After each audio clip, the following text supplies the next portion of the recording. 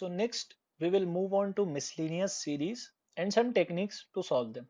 तो अब हम लोग ना चैप्टर के मिसलिनियस पार्ट की तरफ आ चुके हैं। अब तक हमने एपी, जीपी, एचपी, फिर AM, GM, HM, inequalities and then AGP, ये सब हम लोग पढ़ चुके हैं। एंड ये थोड़ा आप लास्ट टॉपिक भी समझ सकते हैं चैप्टर का, बट ये अपने आप में एक वास्ट टॉपिक है। सो हम लोग उसको थोड़ा सा कैटेगराइज करेंगे। We will categorize these things या these series into 3 types. Type 1 रहेगा standard results on sigma, type 2 रहेगा मेथड ऑफ डिफरेंस, और इसको हम लोग जनरलाइज भी करेंगे तो generalized method of difference, and third will be splitting the general term, जिसको वीएन मेथड भी कहते हैं। सो इन सब पे हम लोग एक एक करके चर्चा करेंगे। फिलहाल मुझे आपको कुछ एक और चीज समझानी है, which is actually basic multiplication of numbers, और कुछ आइडेंटिटीज हैं जो शायद आप बचपन से पढ़ते आ रहे हैं, बट इनका रियल एसेंस या रियल सिग्निफिकेंस आपको नहीं पता, तो उस पर थोड़ी चर्चा कर लेते हैं। सो एवरीवन नोस कि a प्लस बी का होल स्क्वायर जो होता है वो होता है A square plus 2ab plus B square. But ये आया कहां से, या इसका रियल मीनिंग क्या है, और हमारे लिए sequence, series and progression chapter में इसका क्या यूज है, वो हम लोग समझते हैं। तो बेसिक मल्टीप्लीकेशन जो होता है ना, आप उसको समझिए। देखो क्या होता है, अगर लेट से मैं एक ग्रिड बनाता हूँ, एक स्क्वायर ग्रिड बनाता हूँ, जिसपे मैं हॉरिजॉन्टली और वर्टिकली नंबर्स फिट करता हूँ। सो ए बी सी डी यहाँ पे मैंने हॉरिजॉन्टली रखा है, और यहाँ पे मैंने वर्टिकली भी ए बी सी डी इस तरीके से रखा है। सो इनको मल्टीप्लाई हम कैसे करेंगे आप समझिएगा। जैसे यहाँ पे ए स्क्वायर का मतलब है, मतलब ये पूरे कॉलम में, ये पूरे वर्टिकल कॉलम में ए मल्टीप्लाई हो रहा है एक बार ए के साथ तो ए स्क्वायर बना, ए मल्टीप्लाई हो रहा है एक बार बी के साथ तो बी इंटू ए, फिर ये सी इंटू ए, और फिर ये डी इंटू ए। और सिमिलरली अगर मैं रो पकड़ता हूं तो इस रो का मतलब है कि इस रो में ए मल्टीप्लाई होगा एक एक, A multiplied by A multiplied by B, A multiplied by C and A multiplied by D. So इस तरीके से ये पूरा की पूरा ग्रिड कुछ इस तरीके से फॉर्म होगा या फुलफिल होगा कि a मल्टीप्लाइड बाय a होता है A square, a multiplied by b होता है ए बी, फिर a मल्टीप्लाइड बाय c होता है ए सी, और a मल्टीप्लाइड बाय d होता है ए डी। सिमिलरली मतलब ये हमने a को फिक्स कर दिया है और फिर a b c d से मल्टीप्लाई करवाया है।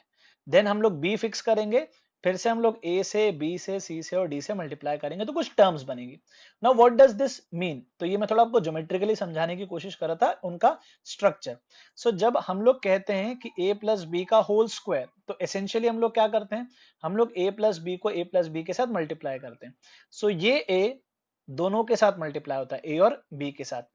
तो आप 2 क्रॉस 2 के लिए आप इतना सा पकड़ लीजिए, सिर्फ इतना सा ब्लॉक समझो, ठीक है। तो जब ये वाला a इस a से मल्टीप्लाई होता है तो बनता है ए स्क्वायर, ये a जब b से मल्टीप्लाई होता है तो बनता है ए बी, फिर ये b जब a से मल्टीप्लाई होता है तो बनता है बी ए, और जब ये b इससे मल्टीप्लाई होता है तो बनता है बी स्क्वायर। तो you get A square plus B square plus 2ab, क्योंकि मल्टीप्लीकेशन कम्यूटेटिव होता है, दैट इज ए बी बोलो या बी ए बोलो सेम होता है, तो A B plus B A is actually 2 times A B, ठीक है।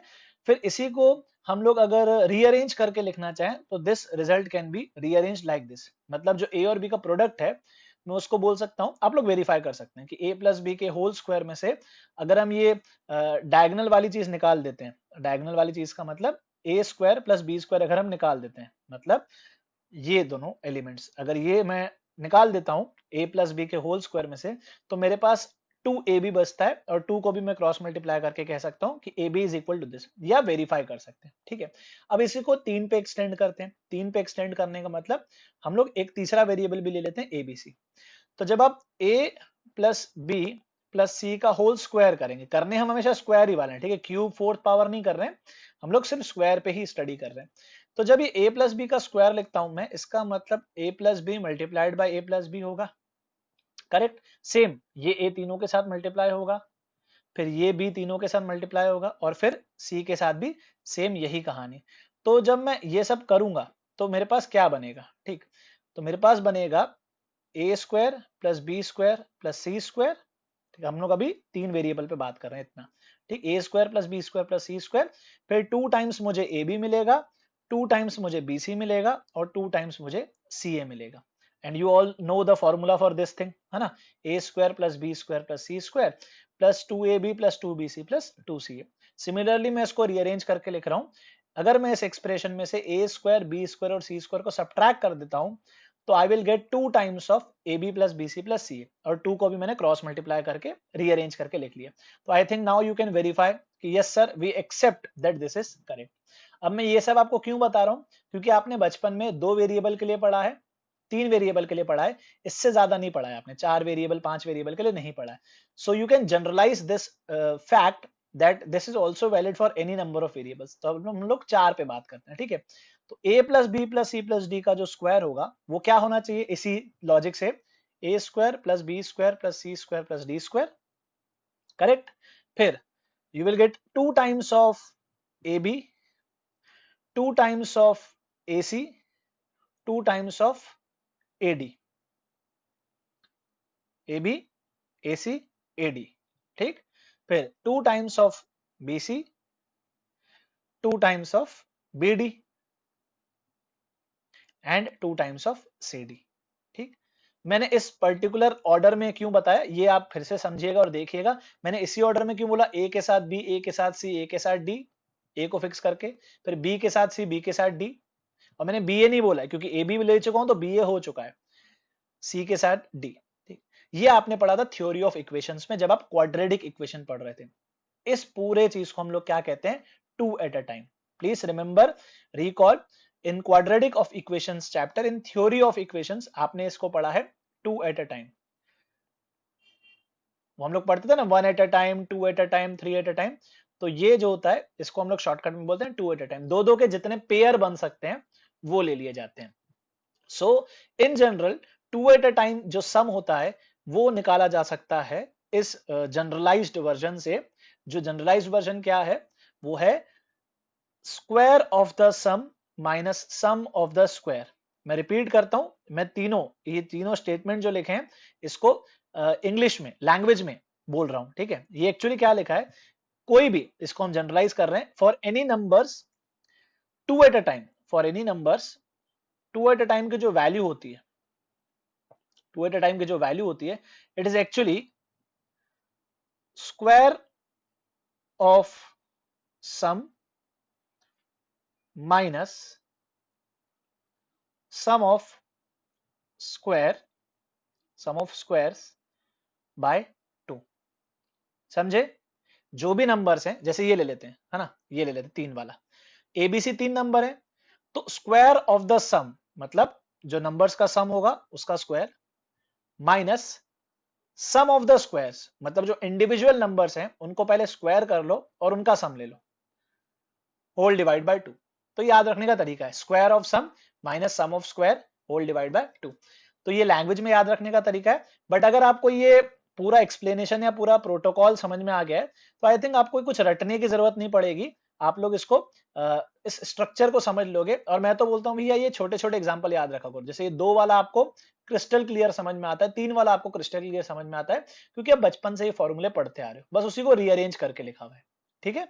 तो ये 4 और ये 5 6 इन जनरल सब पे वैलिड है। तो ये मैं क्यों बता रहा हूँ, ये एक्चुअली टाइप 1 में आता है। टाइप 1 का एक प्रकार, यहाँ टाइप 1 में ही एक रिजल्ट है, तो वो मैंने पहले ही आपको ले लिया, पहले ही समझा दिया। अब हम लोग ये टाइप 1 का एक स्पेशल केस है, ठीक है। अब हम टाइप 1 पे आते हैं, ढंग से बात करते हैं स्टैंडर्ड रिजल्ट्स ऑन सिग्मा पे। मैं ये बता दूंगा आपको, एक जगह समराइज करके लिखवा दूंगा, ठीक है। So let us move to type 1, ठीक है। तो what is type 1? Type 1 is basically these results on sigma. Sigma सबको आता है, ठीक है। फिर भी मैं बता देता हूँ अच्छे से, what does this symbol mean. कहीं पे भी अगर ये सिंबल लिखा होता है सिग्मा, जनरली ऐसा लिखा होता है आर्क वैल्यू 1 से टी आर। इसका मतलब ये होता है बेटा, इसका मतलब ये होता है कि ये जिस पे भी सिग्मा लगा है, जिस पे भी सिग्मा लगा है उसमें ये, इसको कहते हैं हम लोग रनिंग वेरिएबल, ठीक है। This is called running variable. Generally इसको आई या फिर आर ले लिया जाता है। रनिंग वेरिएबल होता है, ये इंटीजर होता है, ठीक है, ये इंटीजर होता है और ये स्टार्ट करता है 1 से। जनरली 1 से स्टार्ट किया जाता है, 0 से भी हो सकता है, 3 से भी हो सकता है, 4 से भी हो सकता है, पर जहां से भी, जिस भी इंटीजर से ये स्टार्ट होगा वहां से आप एक एक हायर इंटीजर लेके n तक जाओगे, जो भी ऊपर लिखा होगा। तो 1 is called the lower limit, n is called the upper limit. और r की वैल्यू 1 लेंगे हम, तो जो भी r के लिए 1 डालने पे बनेगा उसको लिख लिया जाएगा, r के लिए 2 डालने पे जो बनेगा उसको लिख लिया जाएगा, r के लिए 3 डालने पे जो बनेगा, ऐसे 1 2 3 हम डालते जाएंगे और n तक के, और जो भी रिजल्ट्स आए ना उन सबको ऐड कर देंगे, तो दिस इज कॉल्ड सिग्मा। ठीक है, ये आपको मोरलेस पता है। सिमिलरली पाई होता है, पाई का मतलब होता है बिल्कुल सेम, बस ऐड करने की जगह हम लोग मल्टीप्लाई कर देते हैं। तो अगर टी आर पे लगा है पाई, तो what we will do is T1 T2 T3 ऐसे हम टू Tn लिखेंगे और सबको कर लेंगे हम मल्टीप्लाई, जो भी टर्म्स बनेंगे। ठीक है, दिस इज द डेफिनेशन और this is the meaning of sigma.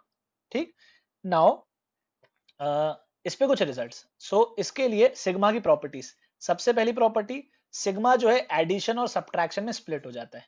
आप लोग एक्सपांडेड फॉर्म में लिखिए, ये बहुत ऑब्वियस रिजल्ट रहेगा। जैसे अगर मैं यहाँ पे एलएचएस की बात करता हूँ, हम लोग प्लस वाला लेते हैं, सिमिलरली माइनस वाला भी प्रूफ हो जाएगा। तो आर की वैल्यू 1 डालूंगा तो ये बनेगा A1 प्लस B1, आर की वैल्यू 2 डालूंगा तो बनेगा A2 प्लस B2, आर की वैल्यू 3 डालूंगा तो बनेगा A3 plus B3 and so on. कहां तक जा रहे हैं हम लोग? n तक के। करेक्ट। सो प्रॉपर्टी ये है, प्रॉपर्टी बेटा ये है कि ऐसे ए और बी पे कलेक्टिवली सिग्मा लेने के बजाय आप लोग अलग अलग भी ले सकते थे, रिजल्ट सेम आएगा। मतलब ए पे अलग से सिग्मा ले लिया, बी पे अलग से सिग्मा ले लिया। अब ए पे अलग से सिग्मा लेने का मतलब क्या है? A1 plus A2 plus A3 plus A4 up to AN, मतलब ए वाले सारे जमा कर लिए। और बी पे सिग्मा लेने का मतलब क्या है? B1 plus B2 plus B3 plus B4 up to BN। तो बीच में प्लस होगा तो प्लस के साथ चलेगा, माइनस होगा तो माइनस के साथ चलेगा। तो इन शॉर्ट, सिग्मा एडिशन में बट जाता है, सिग्मा सब्ट्रैक्शन में भी बढ़ जाता है। ठीक है, रिजल्ट कैसे है ये? सिग्मा एडिशन में बढ़ जाता है और सिग्मा सब्ट्रैक्शन में भी बढ़ जाता है, मल्टीप्लाई पे नहीं बढ़ता है। ठीक है, तो no one will do such mistake. Sir क्या हम ऐसे लिख सकते हैं क्या? Can we write this thing like this? ठीक, सो गलत है, this is meaningless, this is not equal. Sigma multiply में नहीं बढ़ता है। आप एक्सपांडेड फॉर्म में लिखिए, लॉजिकली सोचो, लॉजिकली सोचो ना। A1 B1 plus A2 B2 plus A3 B3, इसको आप लोग A1 plus A2 plus A3 multiplied by B1 plus B2 plus B3 थोड़ी ना बोल सकते हो, है ना? ये गलत है, ये दोनों इक्वल नहीं होते हैं। सो सिग्मा मल्टीप्लाई में नहीं बढ़ता है, डिवाइड में भी नहीं बढ़ता है, सिर्फ एडिशन और सब्ट्रैक्शन में बढ़ जाता है। Correct. So let us just to this thing. First thing हो गया। सेकंड में, कांस्टेंट सिग्मा के बाहर आ सकता है। ठीक है, एलएचएस का क्या मतलब है यहाँ पे? एलएचएस का मतलब है के के साथ A1, के साथ A2, के साथ A3 एंड सो ऑन। सो के को आप लोग बाहर ले सकते हो। ठीक है, ये के कॉमन ले लेंगे हम लोग। सो के कॉमन ले लेंगे तो आ जाएगा A1 plus A2 plus A3। मैं एक्सपांडेड फॉर्म में आपको क्यों समझा रहा हूँ? ताकि आपको ये रिजल्ट अच्छे से याद हो जाए।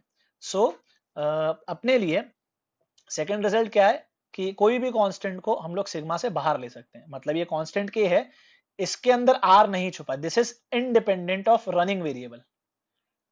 ठीक है, this is independent of r, ये आर पे डिपेंड नहीं करता है, आर अपना रनिंग वेरिएबल है।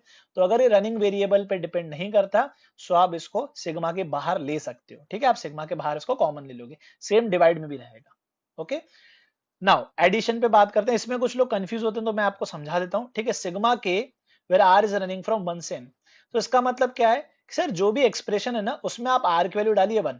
अब आप बोलेंगे सर आर तो कहीं पे लिखा ही नहीं है, आर तो कहीं लिखा ही नहीं है। तो ठीक है, कहीं कुछ नहीं लिखा है तो आप ऐसे समझ लीजिए आर की पावर 0 लिखा है ना? तो अब इसमें मैं आर की वैल्यू 1 डालूं, 2 डालूं, 3 डालूं, ये हमेशा 1 ही रहेगा।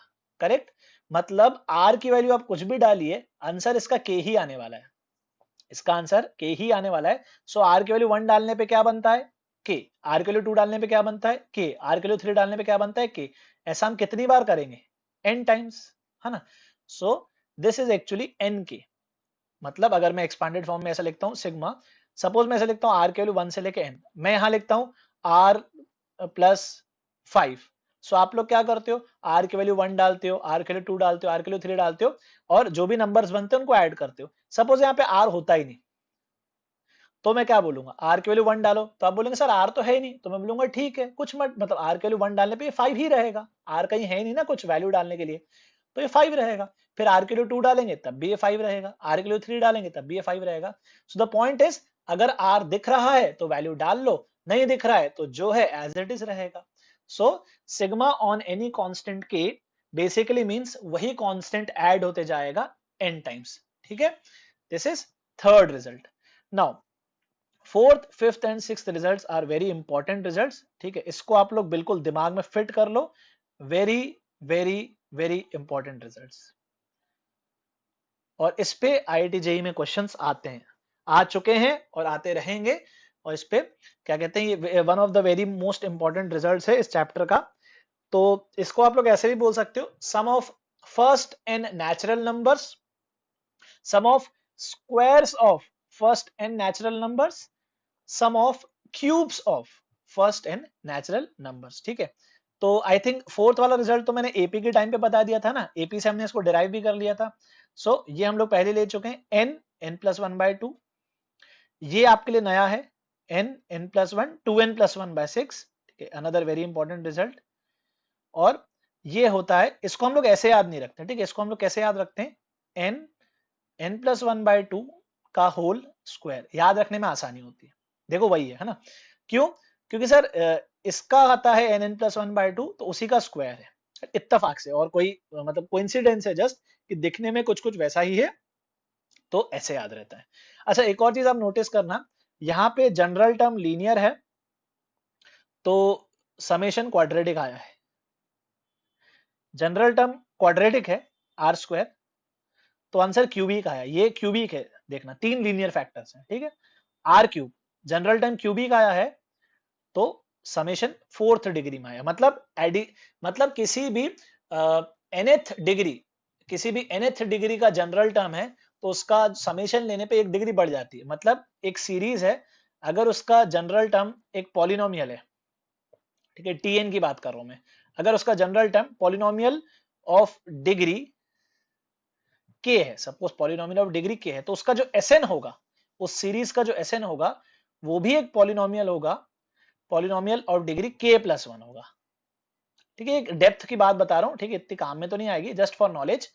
जैसे एपी के लिए tn जो होता है वो लीनियर पॉलिनोमियल होता है, तो उसका जो Sn होता है वो क्वाड्रेटिक आ जाता है। कोई ऐसी सीरीज, ये हम आगे पढ़ेंगे, ठीक है, बाय द वे ये सीरीज हम लोग पढ़ेंगे, थोड़ी सी कॉम्प्लिकेटेड सीरीज होती है, तो वो सीरीज जिसके लिए tn क्वाड्रेटिक होगा तो उसका Sn क्यूबिक आ जाएगा। किसी सीरीज के लिए अगर tn क्यूबिक है तो उसका Sn बाय क्वाड्रेटिक आ जाएगा, मतलब 1 डिग्री बढ़ जाएगी, 3 डिग्री का 4 डिग्री हो जाएगा। ठीक है, सो अच्छा, इसके डेरिवेशंस में स्किप कर रहा हूं, ठीक है, कुछ खास मतलब इतने खतरनाक डेरिवेशन नहीं है, बट इनके जो डेरिवेशन है मैं अभी उस पर ज्यादा चर्चा नहीं करना चाहता, बिकॉज वो इतना काम नहीं आएंगे जितना ये रिजल्ट आएंगे। तो you must remember these 3 result. ये रिजल्ट अगर आप भूल गए तो आप लोगों का क्वेश्चन गलत, मतलब क्वेश्चन छूट जाएगा, बेसिकली आप कुछ और तरीके से क्वेश्चन कर ही नहीं पाओगे। So you must remember these 3 results. ठीक है, एंड लास्ट जो है 7th, ये मैं आपको अभी समझा रहा था ऊपर, explanation we have done on previous page कि अच्छा, अब इसको देख के अब डरना नहीं, ठीक है, ये थोड़ा कॉम्प्लिकेटेड नोटेशन है, इसका नोटेशन का सिंपल सा मीनिंग ये है, अच्छा ये शायद इनकम्प्लीट नहीं है, ये है i j = 1, और ये शायद डबल समेशन होगा, यहाँ गड़बड़ है ना, ये डबल समेशन होना चाहिए। तो i और j दो रनिंग वेरिएबल्स है, ठीक है, मैं एक्सप्लेन कर देता हूँ क्या है इसका मतलब है, i और j दो रनिंग वेरिएबल्स है और दोनों 1 से स्टार्ट होकर n तक जा रहे हैं, पर कंस्ट्रेंट क्या है कि i हमेशा j से छोटा होगा। Now what do I mean by i हमेशा j से छोटा होगा, मतलब अगर i की वैल्यू 1 फिक्स कर दी है मैंने, तो j हो सकता है 2, j हो सकता है 3, j हो सकता है 4 एंड सो ऑन। ये मैं एक्सपांडेड फॉर्म में आपको बता रहा हूं, ठीक है, 7th वाला। अब नेक्स्ट, अगर i 2 होगा तो j जो है वो अब 2 नहीं हो सकता, 1 नहीं हो सकता, j अब 3 से स्टार्ट होगा, 3 4 एंड सो ऑन। तो ऐसे अगर हम एक्सपांडेड फॉर्म में लिखते जाएं तो नेक्स्ट a3, अगर मैं i की वैल्यू 3 लूंगा ना तो j 4 हो पाएगा। ठीक है, तो ये जो भी पूरा बन के आता है, ये जो भी पूरा निकल के आ रहा है, एक्चुअली इसको हम लोग बोलते हैं, let me just change the colour तो आपको थोड़ा में समझने में आसानी होगी। जो ये पूरा चीज है, this is actually written in compact form, ये है 2 एट अ टाइम, इसी को हम लोग बोलते हैं 2 एट अ टाइम। ठीक है, तो जो 2 एट अ टाइम होता है वो अभी हमने एक्सप्लेन किया, square of the sum minus sum of the squares whole divide by 2। Whole divide by 2 वाली चीज उसने एलएचएस में दे रखी है, यहाँ पे ये एलएचएस में लिखा हुआ है। सो ये वही चीज है जो हम ऊपर ले रहे थे अभी, ठीक है, just return in the generalised form. तो हमने 2 वेरिएबल्स के लिए पढ़ा, 3 वेरिएबल्स के लिए पढ़ा, 4 वेरिएबल्स के लिए भी पढ़ा मैंने, ये जनरलाइज्ड है, any for any number, for any n numbers this result is valid. ठीक है, तो इसको आप लोग याद रखेंगे, कैसे याद रखेंगे, 2 एट अ टाइम, मैं फिर से रिपीट करता हूं, 2 एट अ टाइम मतलब ये वाला चीज, ये 2 एट अ टाइम होता है square of sum minus sum of squares whole divide by 2। आप चाहें तो 2 को एलएचएस में ले लो, ठीक है, जैसे याद रख लो जैसे आपको कंफर्टेबल लगे। सो दिस इज सम और square of sum, this is sum of squares, ठीक है। So this was type 1 standard results on sigma. These are 7 standard results on sigma, और इन्हीं पे हम लोग अब कुछ क्वेश्चंस देख लेते हैं कि कैसे कैसे हम लोग क्वेश्चंस इस पे बन सकते। तो मैं एक सिंपल सा स्टार्ट कर रहा हूं आपको, इसमें सिखाता हूं कि कैसे इसको किया जाता है। जैसे फर्स्ट एग्जांपल हम लोग ले लेते हैं कि sum of the series of n term जिसका जनरल टर्म 2n+1 है। बाय द वे ये एपी होगी, तो आप लोग क्या करोगे, आपको एसएन निकालना है। तो एसएन क्या होता है, sum of first n terms t1 + t2 + t3 up to tn, इसी को एसएन बोलते हैं। तो अब हम इसको लिखेंगे कॉम्पैक्ट फॉर्म में, sigma T r where r is running from one सेन। Please understand different different terminologies, ठीक है। अगर tn है 2n+1 तो tr का मतलब क्या होगा, 2r+1। मैं हमेशा वेरिएबल का नाम अलग अलग यूज करना प्रेफर करता हूं, r और n में कंफ्यूज मत होना आप, ठीक है, r और n में कंफ्यूज मत होना। तो ये सोल्यूशन भी मैं इनफैक्ट बोलूंगा आप मत देखो, आप वेरिएबल का नाम बदल दो, नाम बदलने से आसानी होती है। अब सिग्मा की प्रॉपर्टीज कैसे लगेगी, सिग्मा की प्रॉपर्टीज पहले तो सिग्मा एडिशन में बढ़ जाता है, तो इस सिग्मा को हमने एडिशन में बांट दिया, ठीक है, ये सिग्मा एडिशन में बढ़ गया, चलिए बढ़िया। फिर सेकंड, सिग्मा की और क्या प्रॉपर्टी होती है, कांस्टेंट को हम सिग्मा के बाहर ले सकते हैं, ये जो 2 है ये 2 इस पे डिपेंड नहीं करेगा। सो ये बन गया। Now these are actually standard results, correct. ये लिखा है sum of first n natural number, sigma R हमने याद रखा है n+1/2 होता है, और सिग्मा 1 का मतलब होगा, अच्छा इसका मतलब क्या होगा, 1+1+1+1 n times, so this will B n। सो ये 2 से 2 कैंसिल हुआ, n कॉमन निकल गया, या फिर आप n कॉमन नहीं निकालना चाहते तो ठीक है मल्टीप्लाई कर लीजिए। सो इस क्वेश्चन का जो आंसर रहेगा Sn वो रहेगा n² + n + n, that is n+n 2n, ठीक है। तो ये रह जाएगा इसका आंसर। तो ये एक्चुअली एक एपी ही है, जो जनरल टर्म है वो एक लीनियर पॉलिनोमियल है, जो Sn आया है वो क्वाड्रेटिक आया है, पर हमने इस एपी वाले क्वेश्चन को एपी के फॉर्मूले से नहीं किया, हमने स्टैंडर्ड रिजल्ट्स ऑन सिग्मा की मदद से किया है। मैं क्यों बता रहा हूं आपको, बेटा ये सीखो, है ना, ये सिर्फ सिखाने के लिए मैंने एपी का एग्जांपल लिया है, क्योंकि चलो एपी तो आप फॉर्मूले से कर लोगे जो आपको ऑलरेडी फॉर्मूला आता है, हर प्रॉब्लम एपी से थोड़ी ना होगा, क्योंकि हर सीरीज जरूरी नहीं एपी हो। तो इसी में आप लोग ये क्वेश्चंस ट्राई करेंगे, ठीक है, ये वाला होमवर्क रहेगा आपका। अगेन ये भी एक एपी है, ये मैं आप एक क्वेश्चन ले लेता हूं तो आपको समझ में आएगा। So this solution will be actually sigma, इसमें हमको एसएन, सेम क्वेश्चन है, ठीक है, एसएन निकालना है, इन चारों क्वेश्चंस में आपको एसएन निकालना है। तो एसएन का मतलब होगा सिग्मा आर की वैल्यू 1 से लेके टी आर। अब टीएन जो दिया होता है ना आपको, आप उसमें बस एन की जगह आर रख लिया करो। So what is given to us, r² - r+1। अब मैं एक आध स्टेप स्किप कर रहा हूं बीच में, आप लोग लॉजिकली समझो। सिग्मा को मैंने बांट दिया तीनों में, एडिशन और सब्ट्रैक्शन में सिग्मा बढ़ गया बड़े आसानी से, ठीक है, तो इस तरीके से सिग्मा बढ़ गया। Now you can apply your standard results. So sigma r² का मतलब होता है n+1 2n+1/6 माइनस ये होता है n+1/2, और ये होता है 1+1+1 n times, that is n। तो ये अपना आंसर आ गया, क्योंकि जनरल टर्म एक क्वाड्रेटिक थी तो ये क्यूबिक मैं एक्सपेक्ट कर रहा हूं। जो भी क्यूबिक है आप सिंप्लीफाई कर सकते हो, ठीक है, take LCM, take everything common जो जो नजर आ रहा है आपको। सो जैसे इन दोनों में से आप n और n+1 कॉमन ले सकते हो, बाय 2 भी कॉमन ले सकते हो, इनफैक्ट तीनों में से आप n कॉमन ले सकते हैं। सो जो भी फर्दर कैलकुलेशंस या मैनिपुलेशंस रहेंगे वो आप फिगर आउट कर लेंगे। Okay, so this was second problem. So this will be your homework, आप ट्राई करना, ठीक, ये मैं ले चुका हूं। क्यूबिक है, ये भी आप ट्राई करना, ये भी होमवर्क, ठीक है। अच्छा, इस पे क्यूबिक है ना, तो इसका आंसर एसएन जो आएगा वो 4 डिग्री का आएगा। क्वेश्चन क्या है, होमवर्क है आपका, फाइंड एसएन। फोर्थ वाला मैं ले लेता हूँ, फोर्थ वाला हम लोग अभी कर लेते हैं। सो फोर्थ वाले के लिए जो एसएन होगा वो होगा सिग्मा टी आर, आर की वैल्यू 1 से लेके n। Now sigma T r का मतलब क्या होगा कि जहां जहां n है वहां पे आप r लिख लीजिए। सो r² + 2 power r। Next sigma जो है वो समेशन में बढ़ जाता है, करेक्ट, तो समेशन में सर बांट दिया हमने। Now you must be wondering, sir ये सिग्मा r² तो ठीक है, n n+1 2n+1/6 होता है, आपने सिखाया। This is not a standard result, this thing, इसका क्या करें, this is not a standard result. So जो लोग कंफ्यूज हो रहे हैं तो बेटा एक्सपांडेड फॉर्म में लिख के तो देखो, आर की वैल्यू 1 डालो, प्लस आर की वैल्यू 2 डालो, प्लस आर की वैल्यू 3 डालो। This is also a standard series जो आप लोग जानते हो, क्या है ये, जीपी, है ना, ये हम लोग पढ़ चुके हैं। So we know how to find the sum of a GP, just we have to figure out the first term, common ratio and number of terms. तो a upon 1 minus R, 1 minus R की power number of terms. So this will be your answer. Okay, so इस तरीके से हम लोग sigma के results जो हैं, सिग्मा के स्टैंडर्ड रिजल्ट्स जो हैं, उनकी मदद से क्वेश्चंस को सॉल्व कर सकते हैं। Just what is important is you must remember these. So next let us try some different variety of problems on type 1। तो अभी हमने type 1 standard results on sigma जो पढ़ा है, इस पे कुछ और वेराइटी ऑफ प्रॉब्लम्स देख लेते हैं। तो ये 5 प्रॉब्लम्स हम लोग ट्राई करेंगे।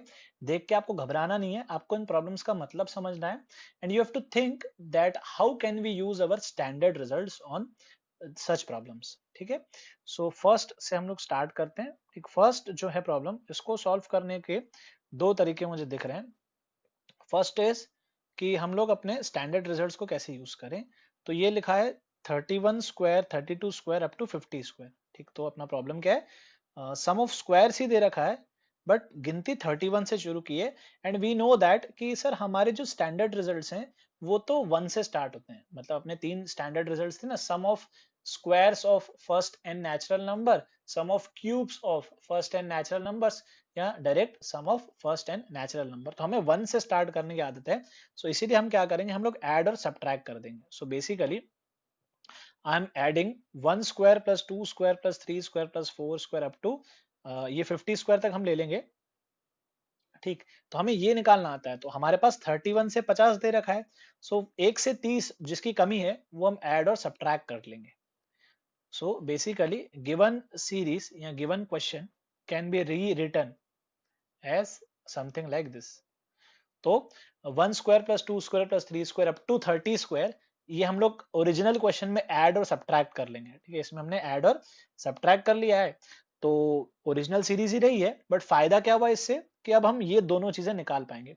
इसका मतलब हो जाएगा n, n+1, 2n+1, 2n+1 का मतलब हो जाएगा, और 50 का डबल होता है 100 plus 1 101, n, n+1, 2n+1/6 standard result, correct. और ये sum of square of first 30 natural numbers हैं, तो n की वैल्यू 30, सो 30, फिर ये n, n+1, 2n+1 का मतलब होगा 30 का डबल 60 प्लस 161/6। बाकी आगे का कैलकुलेशन आप लोग इसको फिगर आउट कर सकते हैं, and you can solve it. So this is our answer.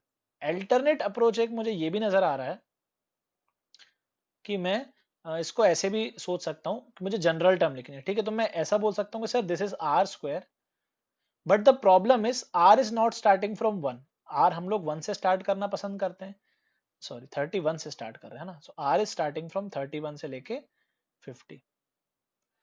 Now this we know how to calculate, but the problem is this कि आर 31 से स्टार्ट हो रहा है। So we can simply do a change of variable. मतलब मैं ये बोल सकता हूँ कि अगर आर की पहली वैल्यू 31 है, ठीक है, मतलब पहले 30 का मतलब कर अपन वही रहे जो ये है, बट एक कॉम्पैक्ट तरीका है, एलिगेंट तरीका है। सो हम क्या करेंगे, हम लोग सब्सटीट्यूशन यूज कर सकते हैं। आर की जगह मैं लिख सकता हूँ, let us change the name of the variable k plus 30। अब ये मैंने यही क्यों लिया है, अच्छा कैसे लिया ये भी बता देता हूं मैं आपको। r इक्वल टू 31 है, तो मैं इसको ऐसे रीड कर रहा हूं कि r माइनस 30, अगर मैं दोनों साइड से 30 सब्ट्रैक्ट कर देता हूं, सो मेरी प्रॉब्लम सॉल्व हो जाएगी। मेरा जो ये 31 से स्टार्ट हो रहा है ना, तो ये नया वाला भाई साहब, नया वाला जो बंदा है वो 1 से स्टार्ट होने लग जाएगा।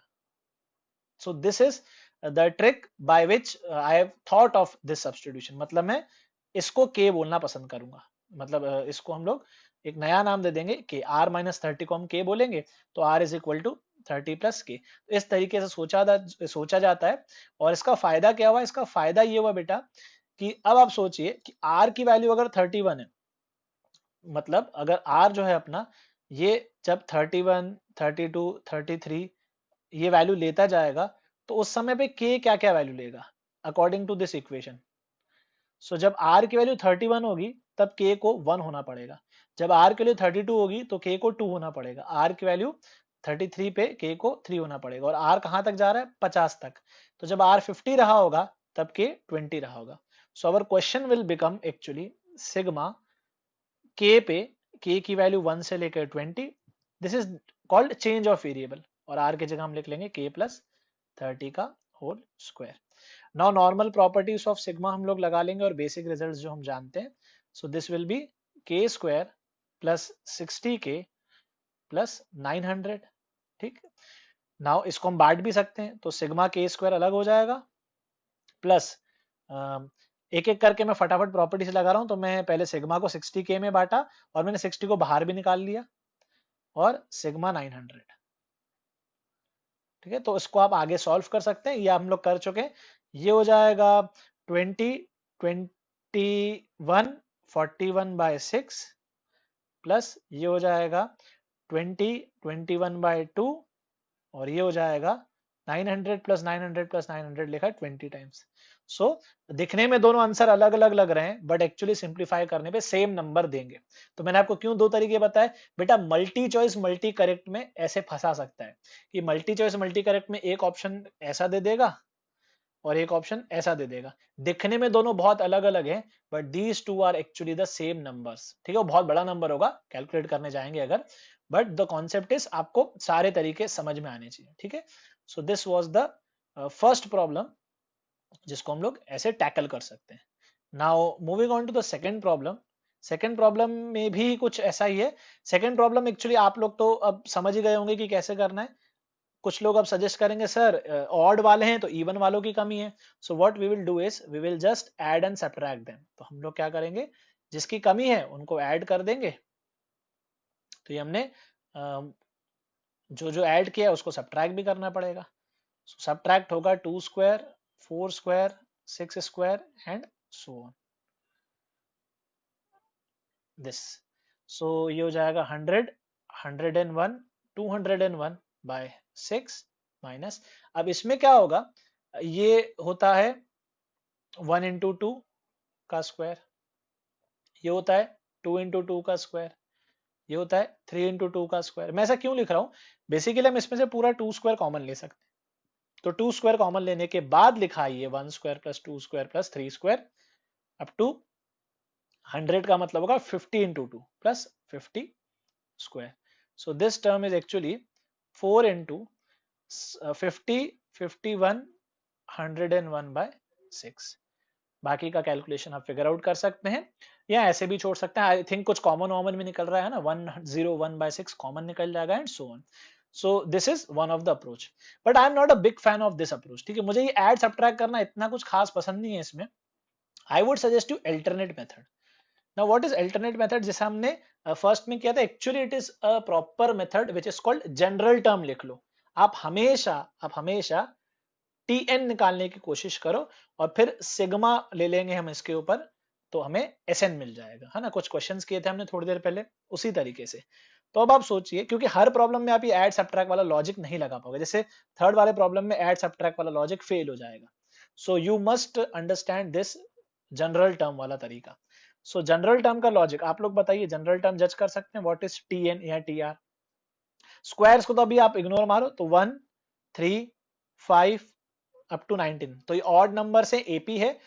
और इनफैक्ट मैंने आपको याद रखने को भी कहा था, ये ऑड नंबर्स को हम लोग 2r-1 या 2r+1 से बोलते हैं। तो दिस इज जनरल टर्म। क्यों, r की वैल्यू 1 2 3 4 डालूंगा तो मुझे 1357 मिलना चाहिए। आप वेरीफाई भी कर सकते हैं। और मैंने कैसे लिखा है बेटा, ये मैंने एपी के लॉजिक से लिखा है। ए प्लस स्क्वायर को भूल जाओ, स्क्वायर तो हर टर्म पे है ना, वो तो अलग से लगा ही लेंगे। तो ये मैंने क्या लिखा है एक्चुअली, ये मैंने लिखा है ए प्लस n-1 इंटू, मतलब n की जगह r है, सो a plus r-1 into D, common difference 2 है, और इसी को सिंप्लीफाई करके आ जाता है ये जनरल टर्म 2r-1। तो ये मैंने सेकंड वाले, अच्छा हम लोग फर्स्ट कर चुके हैं, हम सेकंड क्वेश्चन कर रहे हैं, ठीक है। तो जनरल टर्म लिख लिया। अब जनरल टर्म लिखने के बाद क्या करेंगे हम लोग, इस पे सिग्मा लगा लेंगे। तो जनरल टर्म को थोड़ा सा मैं एक्सपांड कर देता हूँ, 2r 2r माइनस 1 का स्क्वायर, इस पे सिग्मा लगना थोड़ा मुश्किल हो जाएगा, तो अभी थोड़ा इसको ओपन कर लेते हैं। 4r square minus 4r plus 1, इस पे लगाइए आप सिग्मा, तो सिग्मा एस एन होता है सिग्मा टी आर। आर को हम 1 से स्टार्ट करेंगे। अच्छा, लेके कहां तक जाएंगे ये आपको जज करना है ना। तो कितने नंबर ऑफ टर्म्स है ये, 1 2 3, तो ऑड नंबर से पहले 50 ऑड नंबर हैं जो मुझे नजर आ रहा है। दिस यू हैव टू जज by your own conviction. This is r के 50 डालेंगे इसमें, अगर आर के इसमें 50 डालेंगे तो ये बनेगा 50 इंटू 2 100, 100 माइनस 1 99, परफेक्ट। तो 99 है last term, but number of terms यहाँ पे एक मिस्टेक होती है, यहाँ पे आप जल्दबाजी में 100 या 99 मत लिख लेना, 50 टर्म्स है। सो सिग्मा बढ़ जाएगा सब पे, 4r स्क्वायर पे सिग्मा गया, फिर 4r पे सिग्मा गया, फिर कांस्टेंट पे सिग्मा गया। सिग्मा कहां से, 1 से 50 तक के। सो बाकी आगे आपको आता है ना। आर स्क्वायर का मतलब है n, n plus 1, 2n plus 1 by 6। R का मतलब है एन, एन प्लस 1 बाय 2, तो यहाँ प्लस आएगा। और ये 1 का मतलब है 1 प्लस 1 50 बार, तो ये 50। तो this is our answer of second problem. Okay, so this is a way where we write general term. अब ऐसे ही थर्ड करते हैं। थर्ड आप किसी और मेथड से शायद नहीं कर पाएंगे, आपको ऐसे ही जाना पड़ेगा। तो पहले जनरल टर्म जज कर लेते हैं ना। 3 7 11, पैटर्न पकड़ो कैसे लिखेंगे, एपी है तो 3 प्लस n माइनस 1 या r minus 1 into D. D क्या कॉमन डिफरेंस, 4 है ना। ये मैंने अंदर वाले लिखा है 3 7 11, एक्चुअली है इसके ऊपर स्क्वायर, तो ये अपना जनरल टर्म हो जाएगा। This is how we write, हम लोग एपी की मदद ले रहे हैं थोड़ी सी। So this is T R general term, और जो भी आपने लिखा है इसको वेरीफाई भी करना, 4r माइनस 4 प्लस 3। तो वेरीफाई कैसे करेंगे, इसमें आप डाल के देखा करो। आर की वैल्यू 1 डालने पे 3 स्क्वायर बनना चाहिए, आर की वैल्यू 2 डालने पे 7 स्क्वायर बनना चाहिए, आर की वैल्यू 3 डालने पे 11 स्क्वायर बनना चाहिए, एंड सो ऑन। और अपन जो आर है इट इज रनिंग फ्रॉम 1 से लेके n। सो अब इस पे लगा देंगे sigma, S n is sigma T r. और टी आर का अच्छा, इसका मतलब 16r स्क्वायर, फिर 8r प्लस 1, तीनों में बढ़ जाएगा सिग्मा, कॉन्स्टेंट्स बाहर आ जाएंगे। 16 sigma r square minus 8 sigma r plus sigma of 1। 1 से लेके n है तो standard result n plus 1, 2n plus 1 by 6, first one. इसका होता है n plus 1 by 2 second term, और 1 प्लस 1 प्लस 1 n बार मतलब n हो जाएगा।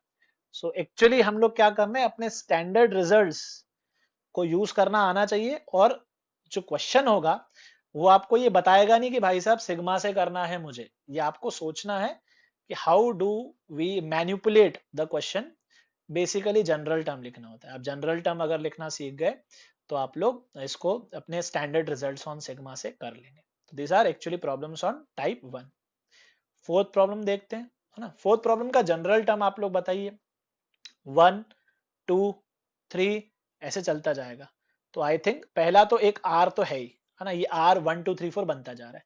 अब फर्स्ट टर्म में 2 का स्क्वायर, सेकेंड टर्म में 3 का स्क्वायर, थर्ड टर्म में 4th का स्क्वायर, तो आई थिंक rth टर्म में r प्लस 1 का स्क्वायर चल रहा है। Common sense, nothing else. ठीक है, ये फोर्थ प्रॉब्लम का मैं जनरल टर्म लिख रहा हूं। तो ये जनरल टर्म मैंने कैसे लिखा, पहले 1 2 3 4 को जज कर लिया, फिर 2 स्क्वायर 3 स्क्वायर 4 स्क्वायर को जज कर लिया। जनरल टर्म का मतलब क्या होता है, आर की वैल्यू 1 डालने पे फर्स्ट टर्म बनना चाहिए 1 इंटू 2 स्क्वायर, आर की वैल्यू 2 डालने पे सेकंड टर्म बनना चाहिए 2 इंटू 3 स्क्वायर, आर की वैल्यू n डालने पे nth टर्म बनना चाहिए। तो बस एक बार अगर आपको ये मिल गया तो आप लोग इसी पे सिग्मा लगा लो, तो ये हो जाएगा are square, r cube, 2r बन जाएगा 2r स्क्वायर, और ये हो जाएगा r। तो आगे का मैं आपके ऊपर छोड़ता हूँ, है ना। और ये मैं आपको बता ही चुका हूँ, अगर जनरल, तो मैंने आपको बताया था ना थोड़े कॉम्प्लिकेटेड सीरीज होते हैं, तो दीज आर एक्चुअली प्रॉब्लम्स जहां पे जनरल टर्म लीनियर की जगह क्वाड्रेटिक हो जाती है, क्यूबिक हो जाती है। तो जैसे हमने सेकेंड प्रॉब्लम किया था, सेकेंड टर्म में अपना जनरल टर्म एक क्वाड्रेटिक था, तो अपना जो एस एन अगर निकालेंगे तो वो क्यूबिक आएगा। इसी तरीके से हम लोग थर्ड टर्म में अपना जो टी आर, हाँ थर्ड टर्म में देखो ये क्वाड्रेटिक है, हाँ ये क्वाड्रेटिक है ना टी आर, तो जो एस एन आएगा ये क्यूबिक आया होगा, ये क्यूबिक आएगा। अभी मैंने थोड़ा और कॉम्प्लिकेट कर लिया, फोर्थ वाले प्रॉब्लम में अपना जनरल टर्म क्यूबिक है, तो फोर्थ वाले में जो एस एन होगा वो हो जाएगा सिग्मा, क्या थी भाई, r cube plus 2r square, r cube plus 2r² plus r, यही लिखा है ना, r cube plus 2r² plus r. ठीक है, इस पे लग जाएगा सिग्मा। आर की वैल्यू 1 से स्टार्ट करेंगे और कहां तक लेके जानी है भैया, आप लोग जज कीजिए, n तक। ठीक है, n टर्म्स, n तक बांट दो तीनों में sigma, sigma r cube plus 2 sigma r² plus sigma r. Standard results क्या होते हैं, आर क्यूब मतलब n प्लस 1/2 का होल स्क्वायर, ये होता है n plus 1 2n plus 1 by 6, और ये होता है n plus 1 by 2। Okay, so ये हो जाएगा अपना फोर्थ वाला प्रॉब्लम। Let us create some space for the fifth problem. Fifth problem को प्लीज अच्छे से समझना, दिखने में डरावना हो सकता है but actually not a difficult problem at all. Triple sigma, ठीक है, डबल सिग्मा भी नहीं, ट्रिपल सिग्मा। सो वेरिएबल्स पे फोकस करो। अंदर वाले सिग्मा के लिए के है रनिंग वेरिएबल, 1 से स्टार्ट होके जे तक जाता है। सेकंड वाले पे जे है, 1 से स्टार्ट होके आई तक जाता है। थर्ड वाले के लिए आई 1 से स्टार्ट होके एन तक जाता है। तो आप ऐसा सोचिए, आप ऐसा सोचो, अब ये छुपा दो, सपोज ये नहीं होता, ठीक है, मैं सोचने का तरीका बता रहा हूं, सपोज ये होता ही नहीं, तो आप लोग सिर्फ इतने क्वेश्चन का क्या जवाब देते, सर इसमें के की वैल्यू 1 से स्टार्ट करके जे तक लेके जानी है, बट के तो है ही नहीं, तो कुछ नहीं है, तो जो लिखा है वही लिखने रहने दो। तो आप बोलते के की वैल्यू 1 डालने पे 1 बना, के की वैल्यू 2 डालने पे भी 1 बना, के की वैल्यू 3 डालने पे भी 1 बना, के की वैल्यू 4 डालने पे भी 1 बना, के की वैल्यू से डालते जाएंगे, कहां तक डालेंगे, जे तक। तो ये कितने टर्म्स है, ये जे टाइम्स लिखा हुआ है, करेक्ट। तो क्या ये नहीं बोल सकता मैं इसकी वैल्यू जे है, सिर्फ इतने से पार्ट की वैल्यू जे है। ठीक, ये समझ में आया, सिर्फ इतने से पार्ट की वैल्यू जे है। अब क्वेश्चन को थोड़ा ऊपर देखते हैं, तो इसका मतलब अभी हमने क्या डिकोड किया, इतने पार्ट की वैल्यू जे है, इसका मतलब क्वेश्चन हमें कह रहा है सिग्मा i1 से n, सिग्मा j1 से i, और यहां पे लिखा है j, मतलब हमने ये वाला अंदर वाला सिग्मा हमने सॉल्व कर लिया। बिल्कुल सेम वे में अब आप इसको छुपा दो, इस सिग्मा को मत सोचो, आप सिर्फ आप इस प्रॉब्लम पे फोकस करो। ये प्रॉब्लम क्या बोलती है, जे की वैल्यू 1 रखो, जे की वैल्यू 2 रखो, जे की वैल्यू 3 रखो, और ये खेल आई तक खेलो। इसका मतलब मैं ये नहीं बोल सकता कि ये लिखा है, बाहर वाले सिग्मा पे अभी ध्यान मत दो, अभी अंदर वाले सिग्मा पे ध्यान दो। ये लिखा है 1 plus 2 plus 3 plus 4 up to I, तो ये sum of first I natural numbers लिखा है, तो वो क्या होता है, वो होता है आई प्लस 1/2। तो जो आपका डर था सारा वो भाग गया, क्योंकि अब ट्रिपल सिग्मा जो आपको परेशान कर रहा था वो बहुत हद तक के गायब हो चुका है, और ये आपको सॉल्व करने आता है। इसको हम कहेंगे हाफ कॉमन निकाल लेंगे बाहर, सिग्मा आई स्क्वायर प्लस सिग्मा आई हो जाएगा ये, और आई इज रनिंग फ्रॉम 1 से लेके n। तो again back to our standard results, ये हो जाएगा half times n, n plus 1 2n plus 1 by 6 plus n plus 1 by 2। ठीक है, अब इसी को मैं और खतरनाक बनाने के लिए बाहर एक और सिग्मा लगा सकता हूं, n इज स्टार्टिंग फ्रॉम 1 से लेके 1000। तो क्या करेंगे आप, जो ये बना है इस पे फिर से सिग्मा लगा दोगे, n को 1 से स्टार्ट करके लेके जाओगे। तो इस तरीके से प्रॉब्लम 2 लेयर 3 लेयर प्रॉब्लम हो सकती है, बट द पॉइंट इज अगर आपको बेसिक कॉन्सेप्ट्स क्लियर है, so you can easily solve them. ये इजीली नहीं तो आप कुछ मेहनत करके हाथ। So the next set of problems are as follows. First problem is find the sum of all possible pairs made by first and natural numbers। तो ये वो ना सेवंथ वाला जो अपना लास्ट वाला रिजल्ट था उस पे एक भी प्रॉब्लम नहीं हुआ था अभी, तो I am just taking a variety of problems जो पूछे जा सकते हैं। So first of them is sum of all possible pairs made by first and natural numbers, मतलब पहले एन नेचुरल नंबर्स के लिए जितने भी टू एट ए टाइम के कॉम्बिनेशन है उसको हम लोग ऑल पॉसिबल पेयर्स बोल सकते हैं। So find the sum of all possible pairs का मतलब है 1 into 2 1 into 3 1 into 4 1 into 5, इस टाइप के जो 1 के साथ जोड़ीदार होंगे, फिर 2 into 3 2 into 4 2 into 5 ये सब जोड़ीदार होंगे। तो इस टाइप के नंबर्स। ओके, सो इसके लिए हम लोग वही अपना स्टैंडर्ड फॉर्मूला लगाएंगे कि square of the sum minus sum of the squares whole divide by 2। But ये किन नंबर्स के लिए, मतलब जो हमने रिजल्ट पढ़ा था a1 a2 a3 कोई भी n नंबर्स के लिए ये वैलिड है, तो यहाँ पे अपने जो n नंबर है वो पहले n नेचुरल नंबर से, बाकी स्टैंडर्ड रिजल्ट है तो सिग्मा आर जो होता है वो n(n+1/2) होता है, और सिग्मा आर स्क्वायर जो होता है वो n(n+1) 2n+1/6 होता है। तो अकॉर्डिंगली हम लोग अपना आंसर ऐसे रिपोर्ट कर सकते हैं। ओके, सो लैंग्वेज आपको समझनी है। फिर ये हो गया अपना फर्स्ट प्रॉब्लम। सेकंड जो है ये एक अच्छा प्रॉब्लम है क्योंकि ये क्वाड्रेटिक और प्रोग्रेशन को मिक्स करता है। ओके, सो हम लोग ट्राई करते हैं। If a fourth degree polynomial या fourth degree equation has four roots alpha beta gamma delta, so find the value of this expression alpha square plus beta square plus gamma square plus delta square.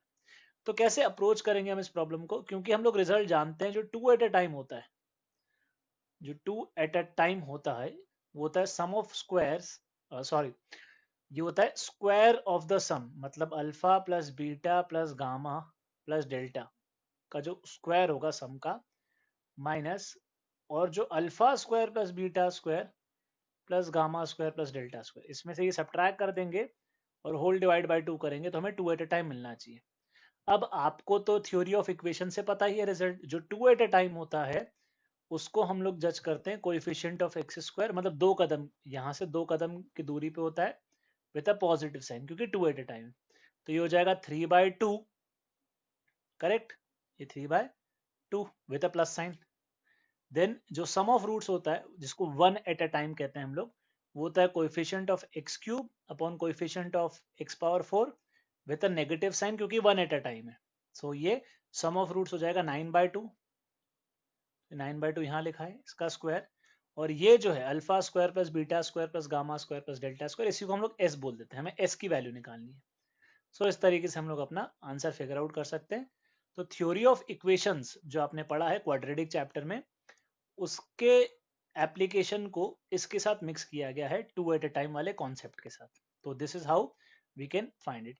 या in fact आप लोग उससे भी समझ सकते हैं कि हालांकि आपको 9th-10th क्लास में पढ़ाया नहीं जाता, पर हम लोग जब डिस्कस कर रहे थे तो मैंने बताया था ना इसको हम कैसे लिख सकते हैं। इस पूरे चीज को हम लोग लिखते हैं alpha square plus beta square plus gamma square plus delta square plus 2 times of, यहाँ पे जो बनेगा वो बनेगा टू एट अ टाइम। अच्छा, इसके लिए टू एट अ टाइम क्या होगा, alpha beta plus alpha gamma plus alpha delta, मतलब ये अल्फा की जोड़ियां बन गई, फिर plus beta gamma plus beta delta, ये बीटा की जोड़ी बन गई। अच्छा, बीटा इंटू अल्फा नहीं लिखेंगे हम क्योंकि वो पहले हम काउंट कर चुके, और फिर 6 टर्म्स होंगे, छठा टर्म होगा गामा अल्फा, तो मतलब अल्फा के साथ बीटा, अल्फा के साथ गामा, अल्फा के साथ डेल्टा, ये 3 टर्म्स, बीटा के साथ गामा, बीटा के साथ डेल्टा, ये 2 टर्म्स, 3 और 2 5, और एक गामा के साथ डेल्टा, ये छठवा टर्म। तो इस तरीके से हम लोग प्रोसीड कर सकते हैं, उसी को रीअरेंज करके लिखा हुआ होता है। So this is our first 2 problems. और एक प्रोफाइल ऐसा भी बन सकता है कोइफिशिएंट वाला। तो इफ एफ एक्स एक पॉलिनोमियल है, कितने डिग्री का होगा आप जज कीजिए। मेरे हिसाब से 10 रूट्स हैं तो 10 डिग्री का होगा यहाँ पे। तो कोइफिशिएंट ऑफ एक्स पावर 10 पूछ सकता है, कोइफिशिएंट ऑफ एक्स पावर 9 पूछ सकता है, और कोइफिशिएंट ऑफ एक्स पावर 8 भी पूछ सकता है। सो कैसे अप्रोच करेंगे हम लोग, एफ एक्स जो अपना पॉलिनोमियल है 10 डिग्री का पॉलिनोमियल है, तो कैसे लिखा जाता है 10 डिग्री का पॉलिनोमियल, एक एक्स पावर 10 का कोई कोएफिशिएंट होगा उसको हम लोग a10 बोल देते हैं, फिर एक एक्स पावर 9 का कोएफिशिएंट होगा उसको a9 बोल देते हैं। तो ऐसे हम लोग इसको लिख सकते हैं, और ये चलता जाएगा a1x प्लस a0 तक के। अब ये किसके बराबर दे रखा है हमें, ये हमें आइडेंटिकली दे रखा है, इसके 10 रूट्स हैं, x-1, x-2, x-3 and so on. सो अगर एक 10 डिग्री पॉलिनोमियल के 10 रूट्स होते हैं, अगर एक, ये आपने फैक्टराइजेशन थ्योरम या रिमाइंडर थ्योरम में सीखा हुआ है, तो ये एक्चुअली जो एफ एक्स है अपना, this is our dividend, this is our dividend, ये 10, इसके जो ये पूरा है इसको हम बोल सकते हैं डिवाइजर्स। ठीक, तो क्वेश्चन 1 है, क्वेश्चन 1 है, मतलब यहाँ पे जो लिखा होता है साइड में इधर, लीडिंग कोएफिशिएंट जिसको बोलते हैं, ये 1 है, और यहाँ पे प्लस 0, रिमाइंडर 0 है। सो रिमाइंडर थ्योरम के अकॉर्डिंग अगर हम लिखें तो सबसे पहला चीज जो फर्स्ट पार्ट है, ये तो सबसे इजीएस्ट पार्ट होगा, कोएफिशिएंट ऑफ एक्स पावर 10। तो आप लोग समझ सकते हैं ये सब ब्रैकेट्स में जब ये सारे x मल्टीप्लाई होंगे, जब सब सारे x मल्टीप्लाई होंगे तब x पावर 10 बनेगा। तो x पावर 10 सिर्फ एक ही चीज या एक ही कॉम्बिनेशन से बन सकता है। So coefficient of x power 10 is actually 1। ठीक, और ये आप लोग क्वाड्रेटिक में भी सीखते हो, ये यहाँ पे ब्रैकेट के बाहर जो लिखा जाता है वही अपना a10 होता है। that is our a10 itself. So coefficient of x power 10, that is a10 is 1. Second जो है वो है कोएफिशिएंट ऑफ x पावर 9. अब ये आपने थ्योरी ऑफ इक्वेशन में पढ़ रखा है. Coefficient of x power 9 actually जो होगा वो होगा क्या कहते हैं अपना a9. तो इसे हम लोग कैसे कैलकुलेट करते हैं? हम लोग theory of equations one at a time, one at a time जिसको आप लोग सम ऑफ रूट्स भी कहते हो, उससे कनेक्ट कर सकते हैं. ठीक, one at a time sum of roots जो होता है वो हो जाएगा अपने केस में 1 + 2 + 3 + 4 अप टू 10. ये 10 रूट्स हैं. और एक्चुअल में थ्योरी ऑफ इक्वेशन क्या सिखाती है, किसके बराबर होता है? One at a time is negative of coefficient of x power 9 upon leading coefficient, that is coefficient of x power 10. तो हम लोग ये बोल सकते हैं कि 10 + 1/2 होगा -a9 के बराबर. मतलब ये जो a9 की वैल्यू आएगी ये आएगी -55. तो ये हो जाएगा आपका ये चीज. ठीक है. और आई थिंक फिर ये जो आंसर लिखा है ये गलत है ना, यहाँ पे माइनस भी आना चाहिए इधर ऐसा. और नेक्स्ट जो x पावर 8 है, x पावर 8 जो होगा, x पावर 8 को हम लोग कैसे लिंक करेंगे? सेम उसी वे में. x पावर 8 के लिए हमको लिखना पड़ेगा 2 at a time. 2 at a time जो होता है वो हो जाएगा प्लस साइन के साथ x पावर 8 का कोएफिशिएंट अपॉन लीडिंग कोएफिशिएंट. तो ये 8 के बराबर है. अब 2 एट अ टाइम निकालते कैसे हैं? How do we calculate 2 at a time? उसी पे हम लोग क्वेश्चंस कर रहे हैं, है ना. हमारे जो क्वेश्चन है वो उसी पे चल रहे हैं. सो 2 एट अ टाइम जो निकलेगा वो एक्चुअली ऐसे निकलेगा. तो जो 10 रूट्स हैं उसके लिए क्या कहते हैं, 1 + 2 + 3 up to 10, sum of roots का square minus square sum of the square. ठीक है.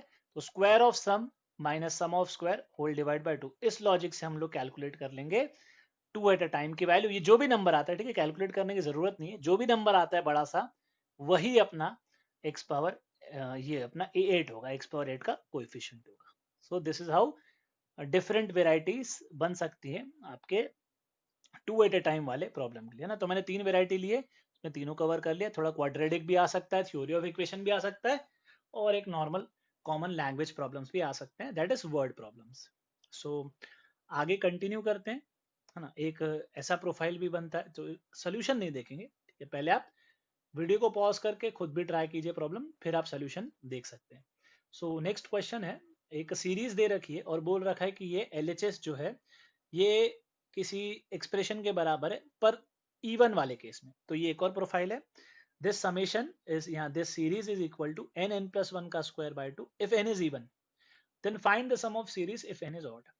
तो मेरा एक सजेशन है आपको इस टाइप के प्रॉब्लम में, जब भी क्वेश्चन भी n के टर्म्स में है और आंसर भी n के टर्म्स में पूछा है, तो just to avoid the confusion of the variable n, आप वेरिएबल का नाम चेंज कर दिया करो. तो it is a common practice for me, मैं हमेशा ये करता हूँ कि मैं वेरिएबल जरूर चेंज कर देता हूँ. देखो एक्सप्रेशन आइडेंटिटी नाम में क्या रखा है, तो 1 square + 2 × 2 square, 3 square + 2 × 4 square, 5 square + 2 × 6 square. इसको अगर मैं n बार लिखता हूँ तो उसका आंसर n के टर्म्स में ये आता है जहां पे n इवन है. तो just to avoid the confusion मैं n की जगह k लिख ले रहा हूँ, मैं नाम बदल रहा हूँ. ठीक है. क्यों कर रहा हूँ आगे आपको पता चलेगा. आप नहीं भी करो तब भी चलेगा, बट कर लो तो बेटर है. तो ये मैंने k के लिए लिखा है. ठीक है. तो इस तरीके से होगा ये k+1 का whole square by 2 if k is even. ये गिवन है, this is given to us. ये दोनों सेम बात ही है, पर मैंने नाम चेंज किया है क्योंकि मैं कंफ्यूजन अवॉइड करना चाहता हूँ. अब हमें वो सीरीज का सम ढूंढना है जिसमें n ऑड होगा, मतलब उस Sn की बात करनी है जब n ऑड होगा. बेसिकली आपको Sn गिवन है जब n इवन है, sum of first n terms of a series जब n इवन है, ये गिवन है. सम ऑफ n टर्म्स निकालना है, Sn निकालना है जब n ऑड है. तो ये n बार बार सेम आ रहा है इसीलिए हम लोग नाम बदल रहे थे. अब ऑड वाले केस में सोचो सीरीज दिखती कैसी होगी. सीरीज क्या है ना, एक्चुअली ऑड नंबर के साथ तो कुछ नहीं लिखा रहता है, कोएफिशिएंट में 1 होता है. इवन वाले के साथ ना कोएफिशिएंट में 2 है. तो अब लॉजिकली सोचो अगर n की वैल्यू एक ऑड नंबर है तो सीरीज आखिरी में कैसे दिखती होगी, 1 स्क्वायर 2 के साथ 2 square, 3 square 2 × 4 square, 5 square 2 × 6 square. क्योंकि n ऑड है तो n बेचारा अकेला ही रहा होगा, उसका कोएफिशिएंट 1 रहा होगा, और जो n-1 है जो कि एक इवन नंबर रहा होगा उसके साथ 2 रहा होगा। तो ये कुछ ऐसा हम लोग सोचेंगे, और गिवन रिजल्ट को यूज करना है तो ऐसे यूज करेंगे। ये जो n-1 है, बिकॉज n ऑड है, क्योंकि n ऑड है, इसका मतलब n-1 is an even number. तो n-1 इवन नंबर, तो उस पर रिजल्ट लग सकता है जो गिवन रिजल्ट है। इसका मतलब मैं क्या करूंगा, मैं इस फॉर्मूले में, ये जो मुझे फॉर्मूला दिया हुआ है, ये k बराबर इवन के लिए, तो मैं k की वैल्यू n-1 रखूंगा। ठीक है, इसीलिए मैंने नाम बदला था k। अगर आप नाम नहीं बदलोगे तो लॉजिकली आपको क्या बोलूंगा मैं, कि बेटा जो क्वेश्चन में दिया हुआ है ना उसमें आप n की जगह n-1 रख लो। नाउ इट साउंड्स कंफ्यूजिंग कि यार n की जगह n-1, थोड़ा लॉजिकली समझ में नहीं आ रहा, इनकरेक्ट सा लग रहा है, तो इसलिए अपन नाम ही बदल दिया वेरिएबल का। गिवन एक्सप्रेशन को हमने k में बोल दिया, और जो एक्सप्रेशन निकालनी है उसको तो अपन n में ही रखेंगे, क्योंकि ऑब्जेक्टिव जब आएगा पेपर में तो ऑप्शंस जो होंगे वो ABCD के टर्म्स में होंगे। ये कुछ कुछ वैसा ही है ना, हम लोग क्वाड्रेटिक में पढ़ते थे, ट्रांसफॉर्मेशन ऑफ रूट्स में चेंज ऑफ वेरिएबल। तो हम लोग गिवन एक्स की क्वाड्रेटिक को, गिवन एक्स की क्वाड्रेटिक को वाई में क्वाड्रेटिक कंस्ट्रक्ट कर देते थे, अपना आंसर वाई में आता था, बट ऑप्शंस ABCD हमेशा एक्स में रहते थे। तो हम समझते थे यार क्वाड्रेटिक के लिए नाम में क्या रखा है वेरिएबल में, सिर्फ कोएफिशिएंट्स मैटर करते हैं। तो सेम यहाँ पे भी वैसा ही। सो इन शॉर्ट हमने k की जगह n-1 रखा है इतने पोर्शन के लिए, और ये n स्क्वायर वाला टर्म अलग से ऐड होगा ही। तो फाइनल आंसर जो आएगा सिंप्लीफाई होके वो आ जाएगा n square n+1 whole divide by 2। So this was another variety. और एक और अच्छा प्रॉब्लम करते हैं हम लोग इस पे, ये वाला। In fact I would suggest you, आप लोग क्वेश्चन दिख रहा है होप है ना, हाँ स्क्रीन के एकदम नीचे वाले एंड पे है, तो आप इस क्वेश्चन को ट्राई कीजिए एक बार, वीडियो को पॉज करके, है ना, 3 मिनट का टाइम लो, वीडियो को पॉज करके ट्राई करो, फिर हम इसका सोल्यूशन डिस्कस करते हैं। क्वेश्चन है जो है कि एक सीरीज है 1 × 1 2 × 2 3 × 3 4 × 4 ऐसे चलता जाएगा n टर्म्स के लिए। आपको निकालना है T26 एंड S26, मतलब 26th term of this series and the sum of first 26 terms. और आप लोग लिख लिख के भी कर सकते हो, बट आप सोचना मैंने इजी क्वेश्चन पूछा है 26, तो आप 26 टर्म लिख लेना, ऐसा मत करना, ठीक है। क्योंकि मैं आपसे फिर अगर बड़ी पूछ लेता हूँ भाई कि 1000th टर्म बताओ या 7525वीं टर्म बताओ क्या होगी, तो आप 7525 टर्म लिखोगे नहीं। तो try to build some concept, ठीक है। मैंने ये छोटा इसलिए दे रखा है ताकि आप वेरीफाई कर पाओ उसको फील लेने के लिए, but try to generalize it, उसको एक जनरलाइज्ड वे में ट्राई करो। कोई भी 4 के बाद 5 6 6 6 6 6 6 ऐसा लिख के मत करना सॉल्व, ठीक है। सो हम लोग अब मिसलेनियस सीरीज पे आ चुके हैं, तो थोड़े से कॉम्प्लिकेटेड खतरनाक टाइप के प्रॉब्लम्स हैं, तो आप इसमें दिमाग लगाइए। APGP HP AGP सब हो गया है अपना, अब मिसलेनियस सीरीज में अपना खेल चल रहा है सारा, ओके। सो अगर आप ये प्रॉब्लम ट्राई कर चुके हैं अच्छे से तो late us just discuss it. तो मैं कैसे अप्रोच करता हूँ इस प्रॉब्लम को, मेरा अप्रोच है मैं इनको ब्रैकेट्स में बांट दूंगा ना। ब्रैकेट्स में बांट देने का मतलब पहला मैं एक ब्रैकेट कंसिडर कर रहा हूँ कि पहले ब्रैकेट में मेरे पास एक ही टर्म है, सेकंड ब्रैकेट में मेरे पास 2 टर्म है, थर्ड ब्रैकेट में मेरे पास 3 टर्म है, फोर्थ ब्रैकेट में मेरे पास 4 टर्म है। तो बीच में इन जनरल, मैं जनरलाइज्ड वे में बात कर रहा हूँ, तो बीच में एक rth ब्रैकेट रहा होगा जिसमें r बार r लिखा होगा, मतलब r टर्म्स रहेंगे, ठीक है। Now we will focus on the last term of the bracket, जो ब्रैकेट में सबसे आखिरी में लिखा है उसकी पोजीशन ओरिजिनल सीरीज के रिस्पेक्ट में क्या है। आई रिपीट, जो ब्रैकेट का आखिरी वाला बंदा है उसकी पोजीशन ओरिजिनल सीरीज में क्या है, मतलब फर्स्ट ब्रैकेट खत्म होता है फर्स्ट टर्म पे, सेकंड ब्रैकेट खत्म होता है थर्ड टर्म पे, मतलब ये थर्ड पोजीशन पे, फिर जो तीसरा वाला ब्रैकेट है उसका आखिरी बंदा सिक्स्थ टर्म पे। मतलब what I want to convey is, this is first term, this is third term, this is sixth term, this is 10th term, ऐसा मैं सोचते जा रहा हूं। इसका मतलब ये, अच्छा ये आ कहां से रहे हैं नंबर्स 1 3 6 10, ये कहां से आ रहे हैं, मतलब पहले ब्रैकेट का एक बंदा प्लस दूसरे ब्रैकेट के 2 बंदे प्लस तीसरे ब्रैकेट का 3 बंदा। तो एक्चुअली जब मैं ये 6 लिख रहा हूं तो ये 6 कहां से आया, एक्चुअली ये 1 + 2 + 3 से आया है। ये 3 किसकी वजह से आया, ये 1 + 2 की वजह से आया, ये 1 की वजह से आया। ये 10 कैसे आया, पहले ब्रैकेट का एक आदमी, दूसरे ब्रैकेट के 2 आदमी, तीसरे ब्रैकेट के 3 आदमी, चौथे ब्रैकेट के 4 आदमी। तो ये जो rth ब्रैकेट है, rth ब्रैकेट का जो आखिरी बंदा है ये कौन सी लोकेशन पे होगा, इसका क्या लोकेशन होगा ओरिजिनल सीरीज में, ये होगा 1+2+3 अप टू आर, तो ये हो जाएगा r r plus one by second term, r plus one by two eighth term, correct. अब मेरे को पूछा है 26, तो एक्चुअली प्रॉब्लम क्या है ना, हमें ये नहीं पता कि जो 26 टर्म है वो ब्रैकेट के लास्ट में है कि ब्रैकेट के अंदर कहीं फंसी हुई है, हमें ये नहीं पता 26th टर्म जो है वो कहाँ है एग्जैक्ट ब्रैकेट में, उसका लोकेशन कहाँ है। तो हम लोग अप्रोक्सीमेट खेल लेंगे और फिर जज कर लेंगे कैसे, ध्यान से सुनिएगा, ये फील लेना आप लोग। So what I will do is I will simply equate this r plus one by two बराबर 26, इसको सॉल्व करके मैं एक अप्रोक्सीमेट आर निकाल लूंगा, ठीक है। तो ये अप्रोक्सीमेट आर जो निकल के आ रहा है ये क्वाड्रेटिक बनेगी, थोड़ा सा लेंदी कैलकुलेशन जा सकता है, या इनफैक्ट आप वैल्यू पुटिंग से भी कर सकते हो, ठीक है, don't worry, you can just check by values also, ठीक है। सो 6 जो भी वैल्यू आती है निकल के, तो ये अप्रोक्सीमेट वैल्यू है ये। So what does it mean, what does it convey, कि अगर आप R plus one by two, इसमें R plus one by two में अगर आप आर की वैल्यू 5 रखते हो, यू विल गेट 15, मतलब कि 15th टर्म पे 5 खत्म हुआ होगा, मतलब अगर मैं इसको आगे लिखता 5 तो ये एक्चुअली 15th टर्म होती, दिस ये कन्वे करता है। आर की वैल्यू 6 डालता हूं अगर मैं इसी एक्सप्रेशन में, तो आर की वैल्यू 6 डालने पे ये 21 बन रहा है, मतलब जो 21st term of the series रही होगी उसका लोकेशन जो है वो है, मतलब वहां पे 6 लिखा हुआ होगा आखिरी बार। आर की वैल्यू 7 अगर इसी फॉर्मूले में डालता हूं तो मुझे मिलता है 28, मतलब जो 777 का ब्रैकेट रहा होगा वो खत्म हुआ होगा 26th टर्म, और सॉरी वो खत्म हुआ होगा 28th टर्म पे, मतलब यहाँ पे ऐसे 7 और 7 लिखा होगा और ये 28th टर्म रहा होगा। सो अगर आपको ये समझ में आ गया है तो आप समझ जाओगे कि सर 26th टर्म जो है वो एक्चुअली 7 होगी, और वो कौन सा 7 होगा, जो 7 पांचवी बार लिखा गया होगा, ये 1 2 3 4 और 5। और सिमिलरली S26 मतलब सम ऑफ फर्स्ट 26 टर्म्स, तो 1 प्लस 2 ऐसे लिखूंगा ना मैं, 1+2+2+3+3+3 ऐसे लिखता जाऊंगा। तो ये 2+2 मतलब होता है 2 टाइम्स ऑफ 2, ये 3+3+3 होता है 3 टाइम्स ऑफ 3, 4+4+4 का मतलब 4 हो जाएगा 4 बार, 4 टाइम्स ऑफ 4, तो इन शॉर्ट वो हो जाएगा 1 square 2 square 3 square 4 square, 6 square तक तो बराबर चलेगा। 7 स्क्वायर हमें नहीं लिखना क्योंकि 7 को हम लोग सिर्फ 5 बार ही ऐड करने वाले हैं, 7 को हम लोग 5 बार ऐड करने वाले हैं, तो ये सम हो जाएगा 126। मैं ये आपको लिख लिख के छोटा एग्जांपल लेके इसलिए बता रहा हूं ताकि आपको एक्चुअली इसका फील आ जाए।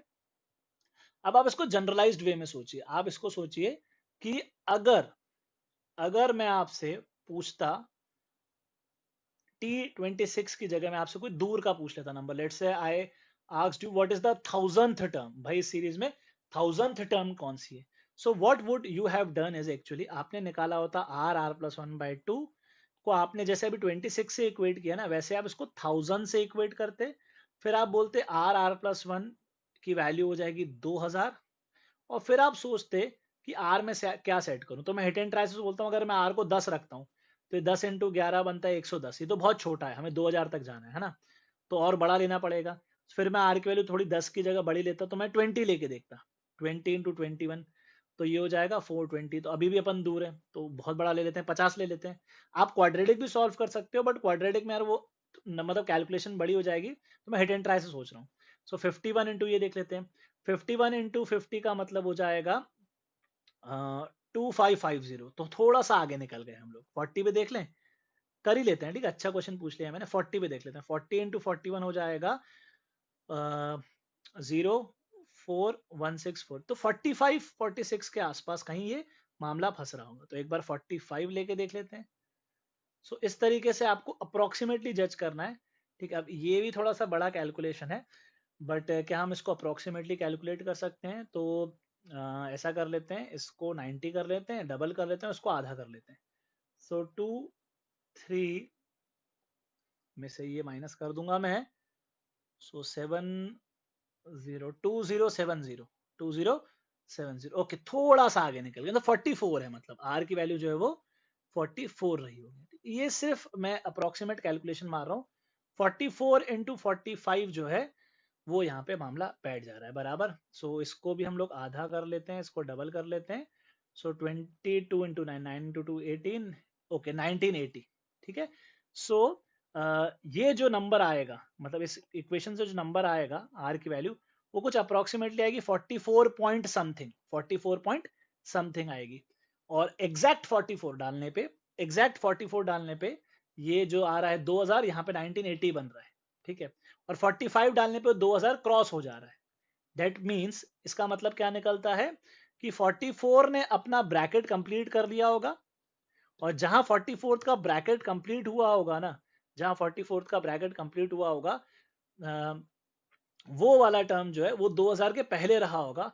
और उसके बाद जब 45 वाला ब्रैकेट चालू हो रहा है, तो उसके बीच में कहीं पे वो अपना क्या कहते हैं 1000th टर्म बन रहा होगा। ठीक, इनफैक्ट मैं एग्जैक्ट भी बता दूं अगर, तो ये हमने, अच्छा यहाँ से इसमें डाल देते हैं हम लोग, आर की वैल्यू डालते हैं हम लोग 44, तो इसमें आर के लिए अगर 44 डालेंगे हम, so what we will get is actually, we will get 1980 का आधा। तो 1980 का आधा मतलब 2 9 18 990, 990 बार। तो ये जो 44 है, ये 990th टर्म पे रहा होगा, 990th टर्म पे रहा होगा। और उसके बाद 45 लिखना चालू होगा, तो 45 जो है 991, 992, 993, 994 इस लोकेशन पे लिखना चालू होगा। तो इस तरीके से आप, I am just giving you an example. तो इसका जो answer thousandth term would have been 45। और एस थाउजेंड पूछता तो अगर मैं आपको एस थाउजेंड, तो एस थाउजेंड का आप लोग आंसर देते हैं 1 square plus 2 square plus 3 square, ऐसे लिखते जाते हैं आप कहां तक के, 44 स्क्वायर तक के। और जो 45 है वो लिखा गया होता 10 बार, 991, 992, 993, 994 से लेके 1000th लोकेशन पे, तो ये 10 बार लिखा गया होता। सो इस तरीके से प्रॉब्लम्स को टैकल किया जा सकता है। तो मैंने छोटा एग्जांपल लिया ताकि आप उसको लिख के थोड़ा उसका फील ले सको, बट कॉम्प्लिकेटेड प्रॉब्लम कुछ इस तरीके से दिखता होगा। सो this was one of the dangerous variety in the chapter progression and series. ठीक है, तो इस तरीके के प्रॉब्लम भी बनते हैं जिसको आपको टैकल करते आना चाहिए। And don't worry, no need to panic, और डरने की कोई बात नहीं है। विद प्रैक्टिस ये सब आप आराम से सीख जाओगे। So keep practising.